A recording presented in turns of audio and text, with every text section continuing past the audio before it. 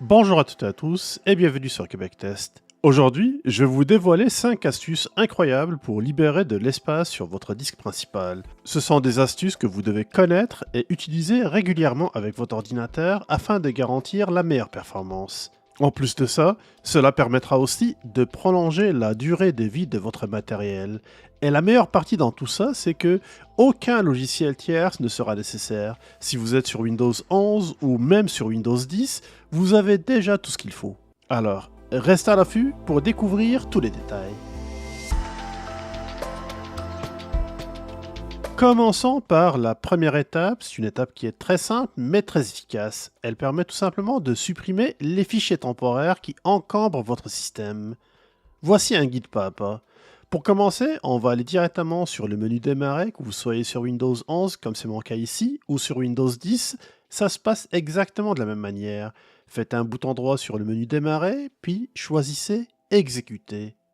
Dans la zone de texte, tapez TEMP ou temporaire, puis validez avec le bouton OK. Si jamais un message s'affiche, confirmez avec le bouton OK, puis vous devez vous retrouver dans un dossier temporaire. Ici, comme vous pouvez le voir, c'est un dossier temporaire qui se trouve dans le dossier Windows et dans notre disque dur local ou le disque principal C. Plusieurs dossiers et plusieurs fichiers sont présents, et cela représente la fâcheuse habitude que Windows a, c'est de garder énormément de données qui ne servent plus à rien. D'ailleurs, en jetant un coup d'œil rapide sur la date d'utilisation ou la date de modification de ce fichier-là, vous pouvez constater qu'il y en a pas mal qui datent de 2024. Ce que je vous conseille de faire, c'est de sélectionner l'ensemble de ce fichier-là, et pour le faire, vous avez les 3 petits points, puis sélectionnez tout. Sinon, vous pouvez toujours utiliser le raccourci clavier CTRL-A. Après ça, appuyez sur le bouton Delete, ou sinon, vous pouvez aussi appuyer sur la petite corbeille ici pour supprimer les fichiers. Si un message s'affiche, cela signifie que certains de ces fichiers-là sont en cours d'utilisation. Donc ce que vous devez faire, c'est tout simplement cocher « Faire ceci pour tous les éléments actuels », puis appuyer sur « Ignorer ». Comme vous pouvez le voir, plusieurs fichiers ont été déjà supprimés, puis on reste sûrement quelques-uns qui sont en cours d'utilisation. Mais déjà, une grosse partie de la job est faite. Maintenant, vous pouvez fermer ce dossier-là. Toujours concernant les fichiers temporaires, on va aller encore une fois sur le menu démarrer, faites un bouton droit puis cliquez sur exécuter, effacez votre ancienne commande et cette fois-ci vous allez mettre pourcentage, TEMP encore pour les fichiers temporaires et pourcentage. Validez le tout avec le bouton OK. Et là encore, on se retrouve dans un dossier temporaire, mais celui-ci ne se trouve pas dans le dossier Windows. Il est relié à votre session d'utilisateur. On refait exactement la même chose. On sélectionne tous les fichiers, puis on supprime. Et en cas de besoin, comme tout à l'heure, cliquez sur Faire ceci pour tous les éléments actuels, puis appuyez sur Ignorer. Puis après, fermez ce dossier. On n'a pas terminé avec les fiches temporaires, il nous reste une dernière étape à faire. Vous connaissez la chanson, direction le menu démarrer, bouton droit, choisissez exécuter, on efface la dernière commande, et cette fois-ci vous allez taper pref ETCH. Validez avec le bouton OK, si vous avez un message, confirmez avec le bouton continuer, puis sélectionnez l'ensemble des fichiers qui vont être affichés et supprimez-les. Allons-y maintenant avec la seconde étape qui consiste à faire un nettoyage de votre disque et cela en utilisant un outil qui existe déjà avec Windows. Cet outil s'intitule Outils de nettoyage de disque. Pour le retrouver, direction la zone de recherche, puis tapez nettoyage disque et choisissez le meilleur résultat qui sera affiché en haut de la liste. Sur la boîte de dialogue qui sera affichée, gardez votre lecteur principal, dans mon cas c'est le lecteur C, et validez avec le bouton OK. Le système prendra quelques secondes pour analyser votre disque, puis affichera cette fenêtre, la fenêtre de nettoyage du disque. Dans cette dernière, on va retrouver plusieurs types de fichiers à supprimer. Les fichiers de programmes téléchargés, je vous conseille de la garder tout le temps cochée. Ces fichiers-là, ce sont tout simplement les fichiers qui ont été utilisés lors d'une installation système.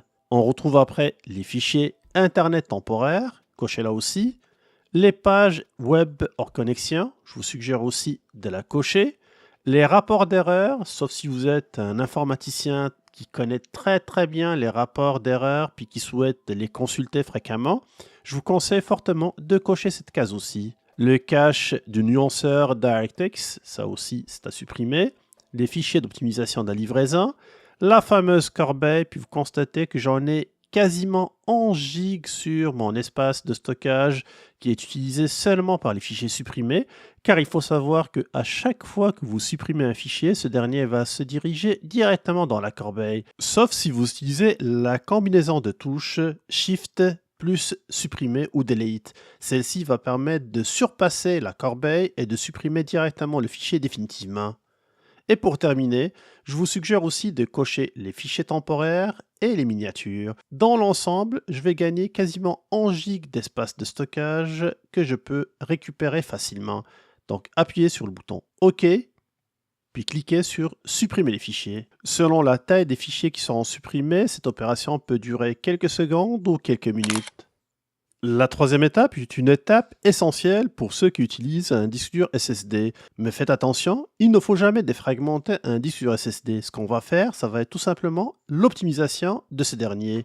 Pour le faire, on va aller ouvrir notre explorateur de fichiers, direction ce PC, puis après ça, localisez votre disque principal. En général, c'est le disque C ou le disque local. Cliquez avec le bouton droit de la souris dessus, puis choisissez Propriétés.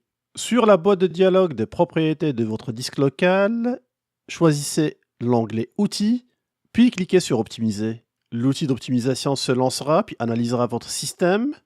Puis vous avez ici plus bas un bouton qui permettra de lancer l'optimisation. Cliquez dessus.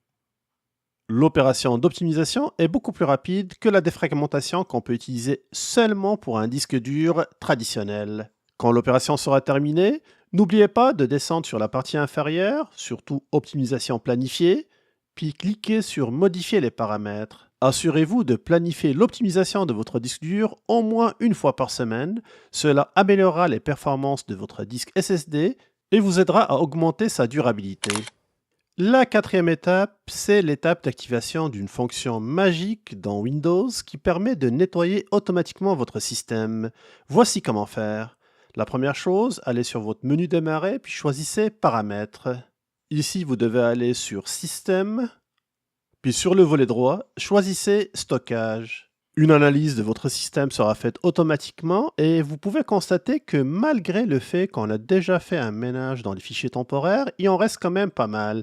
D'ailleurs, si on vient ici sur le fichier temporaire, vous constatez que j'en ai 130 GB d'espace occupé, mais faites attention, ce ne sont pas des fichiers temporaires car la majorité sont des fichiers de téléchargement.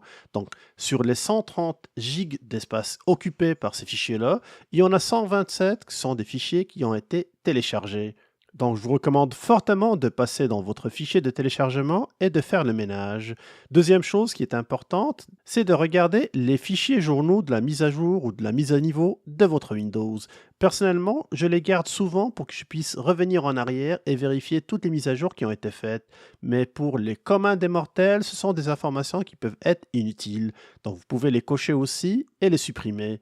Et si vous regardez un peu plus bas, on retrouve aussi d'autres fichiers supplémentaires comme les fichiers de nettoyage au niveau de Windows Update. En d'autres termes, Windows va conserver toutes les copies des mises à jour installées à partir de Windows Update. Plus bas, on retrouve aussi les fichiers non critiques utilisés par l'antivirus Microsoft Defender que vous pouvez supprimer sans aucun problème.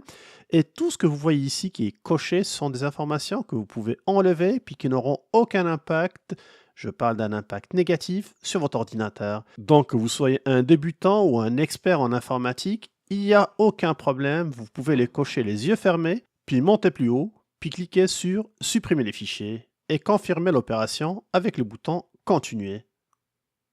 Je retourne sur mon stockage et cette fois-ci, l'option qui m'intéresse le plus, c'est l'assistant de stockage. Par défaut, cette option est désactivée. On peut lire plus bas que cette option permet de libérer automatiquement l'espace, supprimer des fichiers temporaires, gérer le contenu cloud ou le contenu nuagique qui est disponible localement. Regardons un peu plus les détails. Donc la première chose que vous voyez ici en haut, c'est une case qui permet de maintenir le bon fonctionnement de votre Windows en nettoyant automatiquement les fichiers système et les applications temporaires. Cochez-la, c'est très important. Puis un peu plus bas, on a l'option de nettoyage du contenu utilisateur. Activez cette option, puis descendez plus bas pour choisir les options de nettoyage. La première chose au niveau de la configuration de la planification, c'est l'exécution de l'assistant de stockage. Donc en cliquant dessus, vous pouvez voir qu'on peut l'exécuter tous les jours, chaque semaine, chaque mois, ou si jamais notre disque dur a un espace insuffisant. Je vous conseille d'utiliser chaque semaine afin d'exécuter cet assistant de nettoyage. Un peu plus bas, vous voyez l'option concernant la suppression du contenu de la corbeille.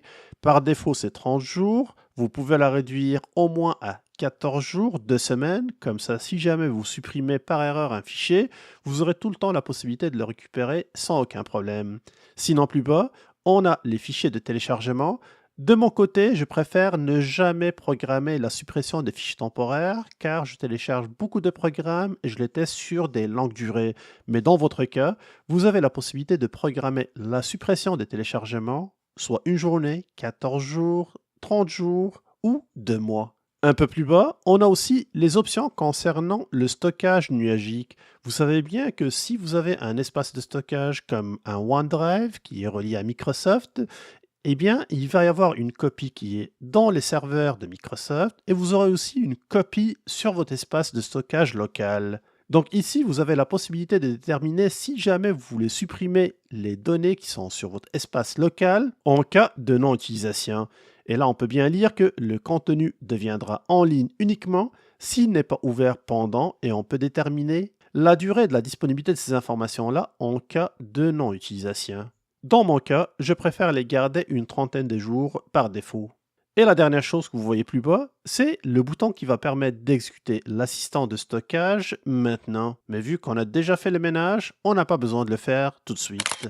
Pour la cinquième et dernière étape, restons toujours dans les paramètres car c'est une étape qui est très simple mais en même temps elle peut nous faire gagner énormément d'espace de stockage. Vous l'avez deviné, c'est les applications. Donc ce que je vous recommande de faire, c'est de passer à travers les différentes applications qui sont installées sur votre ordinateur et pour cela vous avez un tri que vous pouvez faire soit par date d'installation ou par taille. Personnellement, je choisis tout le temps la taille la plus grande. Comme ça va me donner une meilleure idée sur combien d'espace de stockage est occupé par l'application. Et d'ailleurs, ici, je constate que j'ai Forza Horizon 5, un jeu que j'avais installé sur cet ordinateur pour le tester en termes de performance graphique et qui occupe quasiment 150 Go. C'est le meilleur exemple pour illustrer la désinstallation d'applications inutiles. Donc, direction les 3 petits points sur la partie droite de l'application ou autre option, cliquez dessus, puis choisissez Désinstaller. Après ça, confirmez le tout avec le bouton Désinstaller. Et en quelques secondes, je viens de sauver quasiment 150 Go d'espace de stockage. Attention, ne désinstallez jamais un logiciel que vous ne connaissez pas sans vérifier sa fonction. Faites tout le temps une recherche sur Internet pour vérifier si c'est un logiciel qui est indispensable au bon fonctionnement de votre ordinateur, car quelquefois, certains logiciels sont reliés à votre système ou ils sont nécessaires pour le bon fonctionnement de votre matériel. Et voilà, en appliquant ces 5 petites étapes, vous pouvez constater que, dans mon cas, je viens d'économiser quasiment 180 Go d'espace de stockage. Si vous avez fait la même chose que moi, votre PC est maintenant plus rapide et votre disque SSD est prêt à durer plus longtemps. Si cette vidéo vous a été utile, montrez-le moi avec un like, partagez-la avec vos amis et bien sûr, abonnez-vous à Québec Test pour d'autres tutos et astuces. Et si vous voulez encore plus de performance, découvrez ma précédente vidéo intitulée « Booster votre PC gratuitement » avec cette application incroyable. Vous y apprendrez comment utiliser un outil génial pour aller encore plus loin dans l'optimisation de votre ordinateur. Je vous laisse le lien dans la description. Merci d'avoir été là, à bientôt pour une nouvelle vidéo et surtout, restez à l'affût.